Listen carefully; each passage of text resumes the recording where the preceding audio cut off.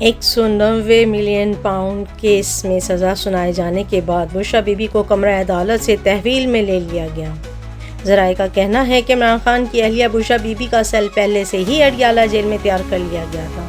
آج راولپنڈی کی احتساب عدالت کے جج ناصر جاوید رانا نے اڈیالہ جیل میں بانی پی ٹی آئی کو 14 سال جبکہ بشریٰ بی بی کو 7 سال قید کی سزا سنائی ہے۔ علاوہ ازیں بانی پی ٹی آئی کو 10 لاکھ اور بشریٰ بی بی کو 5 لاکھ روپے جرمانے کی سزا بھی سنائی گئی ہے۔ عدالت نے القادر یونیورسٹی کو سرکاری تحویل میں لینے کا حکم بھی دیا ہے۔ فیصلہ سناتے وقت بانی پی ٹی آئی، ان کی بہنیں اور بشریٰ بی بی کمرہ عدالت میں موجود تھیں۔